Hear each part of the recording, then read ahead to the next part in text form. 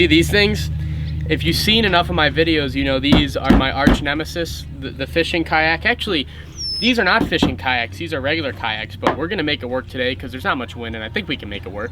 But I am on the shore of Lake Erie right now and we are gonna pop these kayaks in the water here with my buddy Josh, and we're gonna fish this big marsh that supposedly has a lot of big bass, big for Midwest, like 3-4 pounders.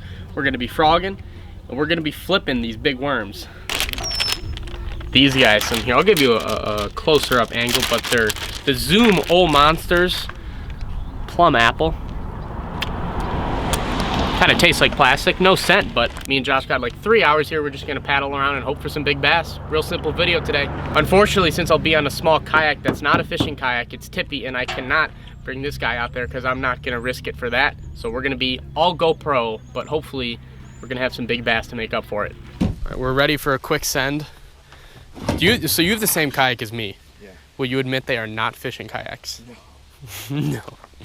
Little tippy. They were $200? That works. Hey, if it floats me on the water, it's an amazing kayak. Where's... Perfect. Oh, you obviously got the upgraded version. You got rod holders. That thing is so tippy.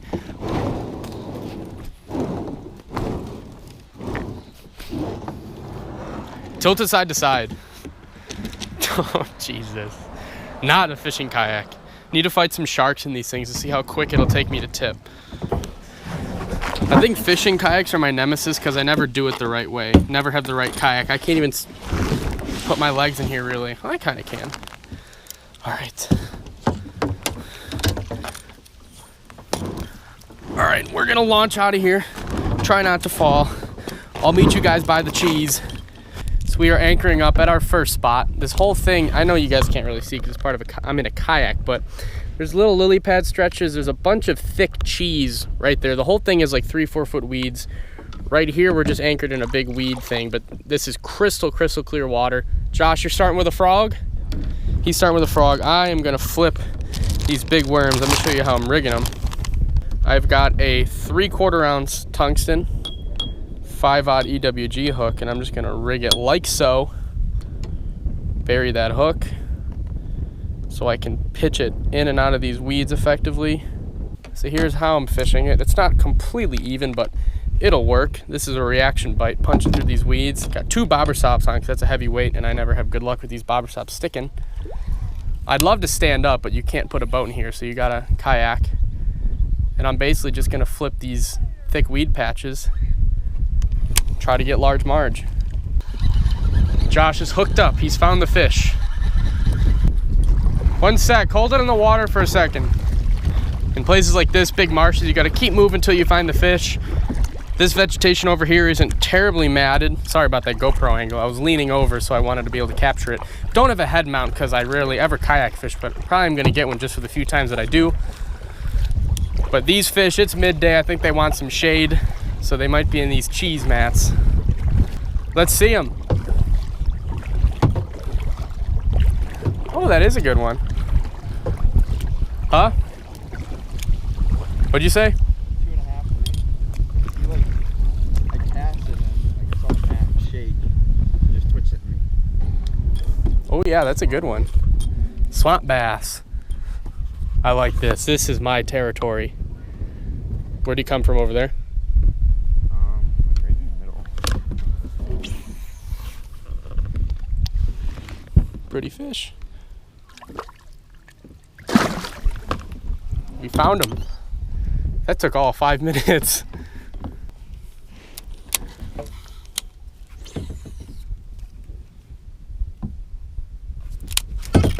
There's one.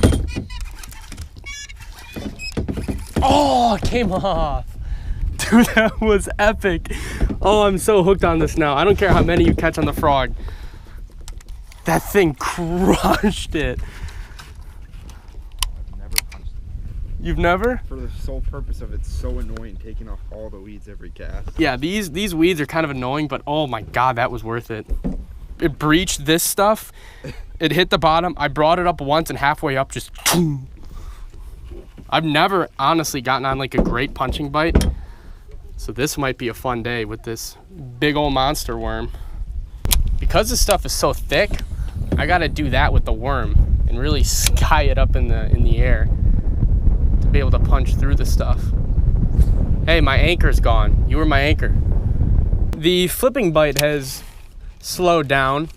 Well, I can't really say it slowed down. It was never really good, so I can't exactly say slowed down. I got one bite in the first 5 minutes of doing it, but basically this is a massive, massive field of like grass and cheese, and these fish are going to be schooled up in certain areas where there's holes under it, etc.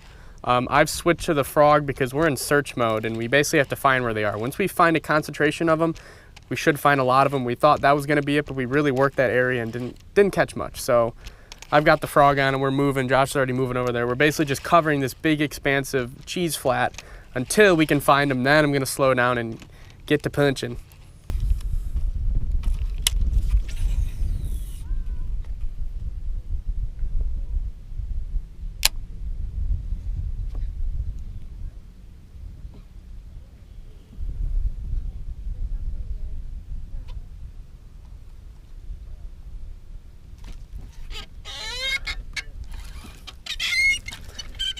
Got one.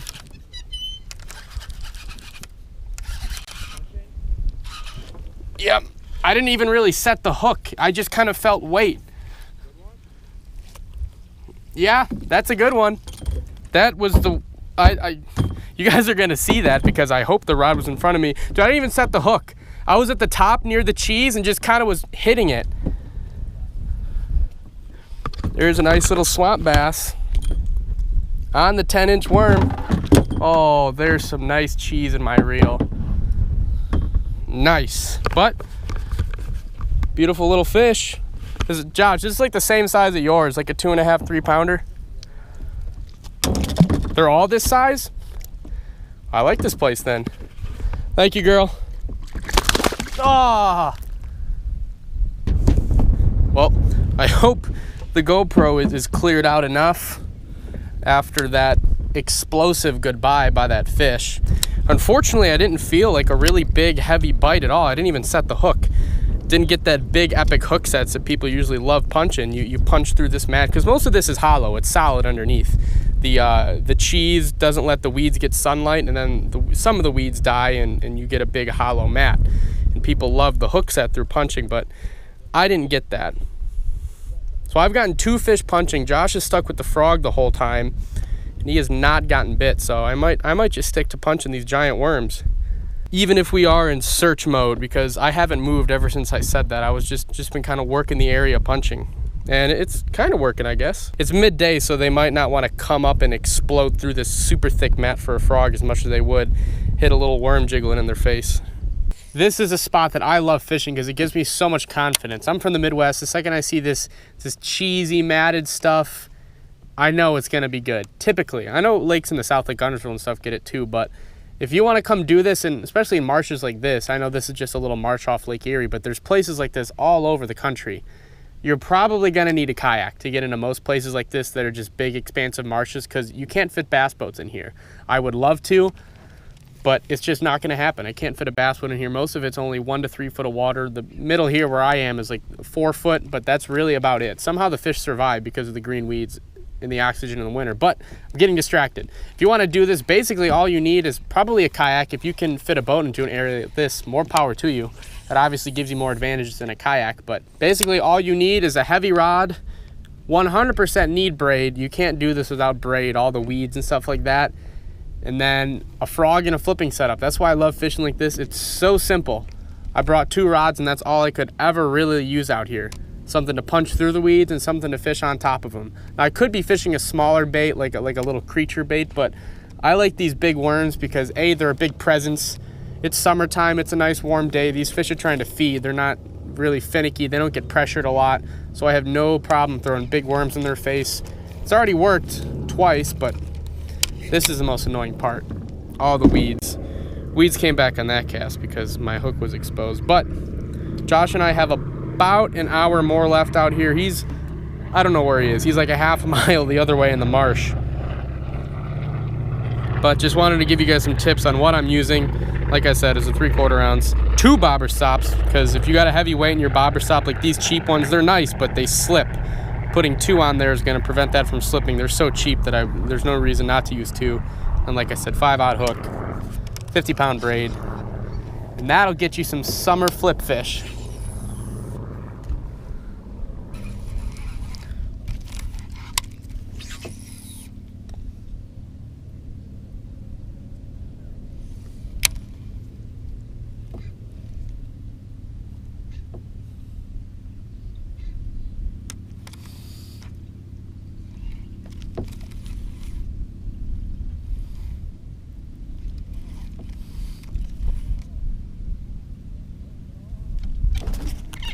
That one. Oh, there's a big one. Oh, God. Can't even fight it. Oh, come on. Please be a big bass. There's a pike in here. Oh, it's a huge bass. Come on, come on. No. Oh. Wow, this is so hard. Now that he's destroyed my GoPro. Yes. Woohoo! Yes. There's a 5-pounder. Oh my God. Whew. Punching. Wow, that camera is trashed. Oh my God. That is a huge bass. Wow. The second I felt him, I set the hook and then, wow, he was just barely hooked. Okay, let me fix this screen so you guys can see this fish. Okay, that should be better. Wow, what a fish. That is a giant Midwest bass. Giant. On the big 10-inch worm. That's actually a 10.5 to be correct. Wow. I wish I had my big camera to take a picture. Gorgeous, gorgeous, huge fish. I have not caught a big bass in a while. Let's get her back in the water. Like I said, guys, these little off-the-chart marshes, buckets. This is where the big dogs hang out. That is well over 5 pounds. Wow, he's testament to catch and release. He's been caught before. Look at that. There's a hole. Mine was hooked over here. Testament to catch and release. I want to get a measurement on this fish somehow, because I call this fish over 5 pounds, and a lot of people watching this are going to say that's not 5 pounds because it's a GoPro and it does make fish look bigger, but let me get some sort of measurement on my rod so I can measure it later. Okay. This fish, from the tip of the cork, he's basically from the cork to the first eyelet. So the beginning of the cork to the first eyelet. But that's just a chunky fish. All right, I'm going to stop talking and let him go. Make sure he's okay. Punching, punching, punching. That guy hit it so hard. Yes! Oh, that made the whole trip worth it. I am covered in water, scum. My rods are all in the muck. My paddle's almost off the kayak. Unfortunately, Josh is a long ways away, but that fish, I'm gonna measure it from the beginning of this cork to the first eyelet.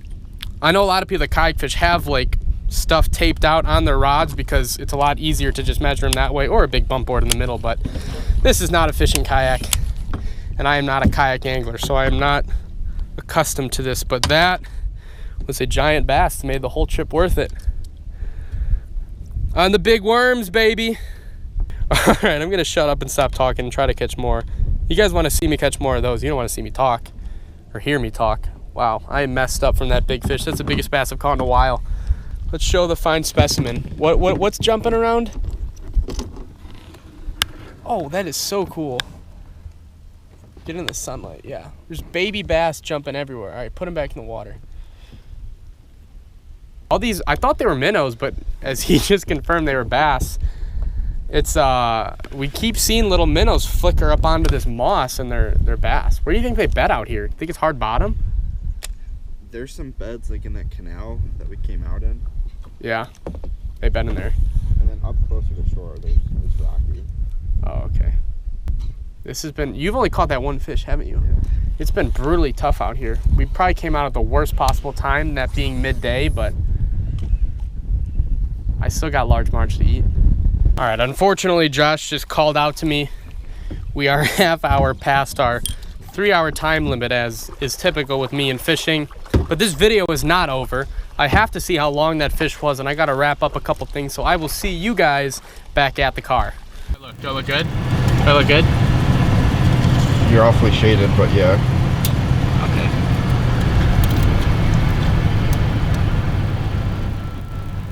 Yep. That's about... Probably gonna need the camera back to show. Here, zoom in right there.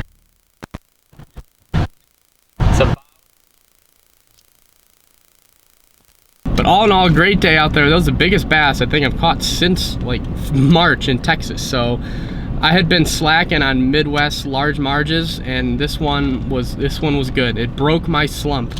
So thank you to Josh for breaking my slump. We were supposed to fish a tournament today. I don't know if you guys saw my previous video, but that was definitely a good decision not to fish that tournament today.